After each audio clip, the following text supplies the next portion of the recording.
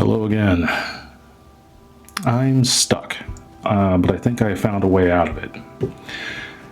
So, every time you start a project, you kind of, once you get over the hill of writing it, it's great, and then you're raring to go. You can't wait to get started drawing it, and then you realize you haven't really thought about the art at all, or how you're going to produce this over a lengthy amount of time. So I got kind of stuck here. Basically, I kind of knew what I wanted to do as far as my line and the general feel of the comic. My line is going to be basically inspired by Dave Mazzucchelli, and in particular this book, City of Glass. And he just has some amazing, try to find a good panel here, amazing black and white work. Very well, there's a good spread, really well considered blacks and placement of spot blacks, and just, it's beautiful. I love this book. It's always been an inspiration for me. So I'm going to be taking some inspiration from that, so really heavily using spot black. And then I have the brush picked out that I want to use that will be perfect. I'll always use that brush. And then the coloring. So coloring has never been my strong suit. In fact, I hate coloring my comics. It drives me nuts. When I was younger, like in high school, it was about when Sin City came out, Frank Miller's Sin City, so really stark graphic black and white. And I just was amazed by that and how strong and graphic that looked. So I've always been drawn more towards just pure black and white.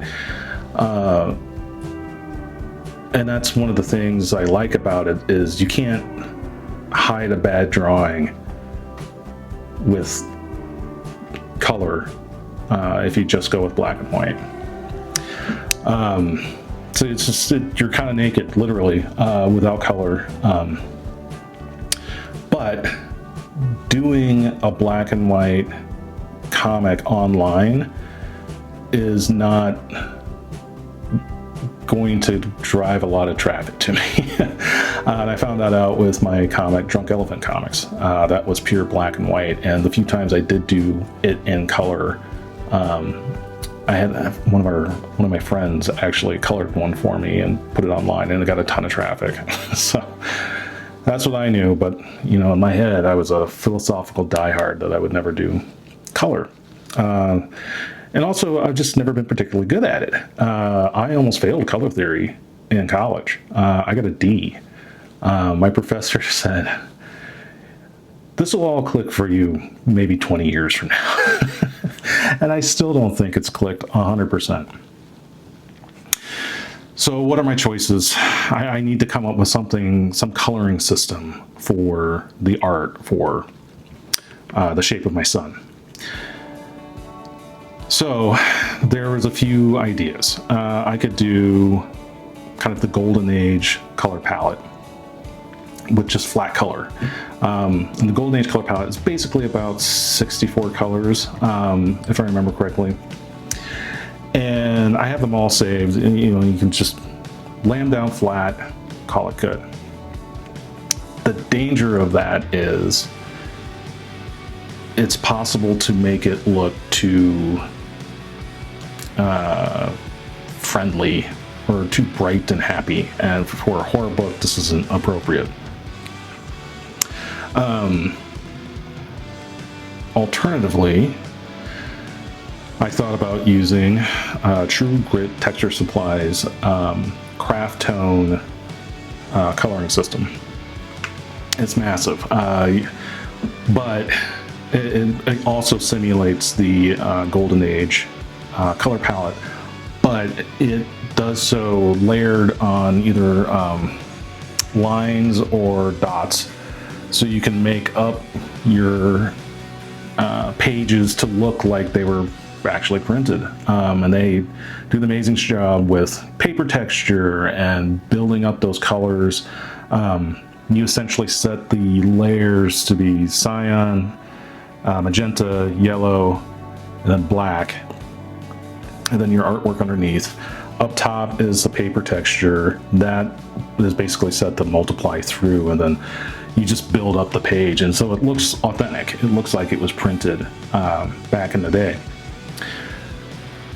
However, with that, it is a ton of work, and I know because I did a whole graphic novel called The Walk, and it was 48 pages, and I used that because I wanted to see if I could do it, and I had been putzing around with that book for 10 years, and so I did it all very quickly right before my son was first born, and I got it over to my publisher,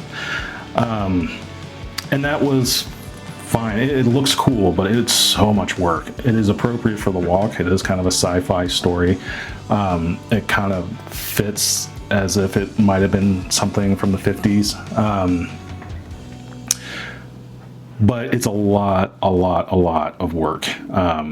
You have to make up each color as it's a formula. So like skin tone, I think is M2Y3 or Y2. So on your magenta layer, you take your M2 brush, which would be 20% buildup of magenta, lay those dots down. Then in your yellow layer, you grab the Y3 brush. I messed that up. Your magenta brush would be 50%, and then your Y3 brush would be 70%.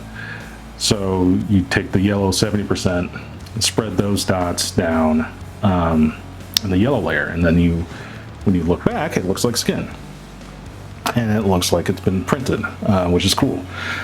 But take that across an entire comic book. You have 64 colors that all have their own formula, and it takes a long time to do on a page. So I don't think that was going to be realistic for The Shape of My Son, even though it would look cool. And don't get me wrong, I love KraftTone. I just used it for an illustration. It's awesome. Next, I was going to maybe try doing flat colors with a watercolor wash. Basically layering it and doing a layer effect on top of the colors. And I tried it. I have a test piece with my monster going, and it just did not really work. I mean, it worked fine, and I was using True Grit Texture Supply's new Aqua Studio brushes, which are awesome. They're sort of watercolor brushes. It was fine, but then I remembered I'd actually had done this before. I did a promotional comic for Progressive Insurance years ago, and I used that same technique where it was Golden Age colors and then the wash over top of it, and that was appropriate because it was, you know, kind of a bright, fun story about a young woman moving to the city and then making a series of life choices in her 20s. Each chapter was a different section of her life, like she had to worry about setting up a retirement plan or estate planning, getting renter's insurance, stuff like that. Something that Progressive was interested in. I don't even think it's ever saw the light of day. I did get paid for it, but I don't think it was ever used for anything. Regardless, it's cool. Again, it's still, the colors are just too, you know, it's a little too kid-friendly for this. And so now I was stuck. What do I do? I don't want to, and then I realized the answer was staring right in my face. I did it with See You in Hell. Go monochromatic. And that was awesome because I didn't really have to think. I had one color. It was like that off red. And I used different brushes to have different textures of that red. and that worked really well. And that's really the thing here. You know, with See You in Hell, I had a baby that I had to work through. So I wanted to make sure I could make pages as quickly as possible. Now I have a toddler and another baby. So I'm really screwed now. For time, I just don't have much. So I decided to use True Grit Texture Supplies washes, or Aqua Studio brushes, and do an actual like paint wash with it. And I think this is it. And I was so stupid, but I finally got it around to hanging stuff up in my office, as you can kind of see around me. And I have the Mondo Mandy poster hanging up right next to me. And I just happened to look over and I was like, oh my god, that's my color scheme. I mean, that's the right pink for my monster. And then I really like this blue wash that's going on here. And I was like, god, I've been staring at this for like, I don't know, a while. And the answer was sitting there right in front of my face. I tried it. I think this is it. I think it works really well. So I feel pretty settled now. I lucked into a blue wash that I like. I have the brushes. I will then kind of build up like a palette of just, you know, black, my blue, and then my pink, magenta color, and then I'll have that palette and it'll just be called Shape of My Sun. And then I'll add in a brush set that is just specifically for this book. So then I just don't have to think, and just any way I can make it so I'm not having to make a decision is right. And so I front load all of these choices before I actually have to start the work. But now I think I'm ready to start the work. So I'm going to do another video soon. It'll just be us hanging out drawing the first few pages. And this is it. So I'm happy. This is good. And thank you, Mandy, for existing and eventually showing me the way. And also thank you, True Grit Texture Supplies. I love everything. I pretty much just use all of their brushes exclusively. I'm using a brush from the Rusty Nib set. I'm using the brand new Aqua Studio set. I'm excited for this. I've never had the patience for watercolor. My teacher in high school was an amazing watercolor artist. I mean, he can make stuff look almost photorealistic, but it would take him 8 months per painting, and he would just work on a little bit at a time. And I remember he would have it at his desk, and so if we were, you know, silently working on something, he would be working too. And it just is like, I just don't have the patience. I mean, that's partially why I like comics. It's a disposable medium, you know. This will give me the opportunity to easily dip my toe into some watercolor and washing, and I'm excited. And that's always something I want to do with every project I take on, is I always want to learn something new. And so this is something new that I can learn. It's easy enough and quick enough for me to do. I just did a test with it and it went really quickly. So I think that's it. Back soon. Back with pages. When I try to hold her hand, she walks right through.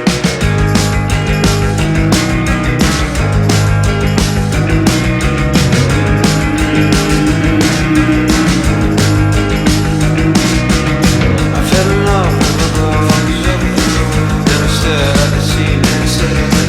I get hanging in the machine. She tastes like snow.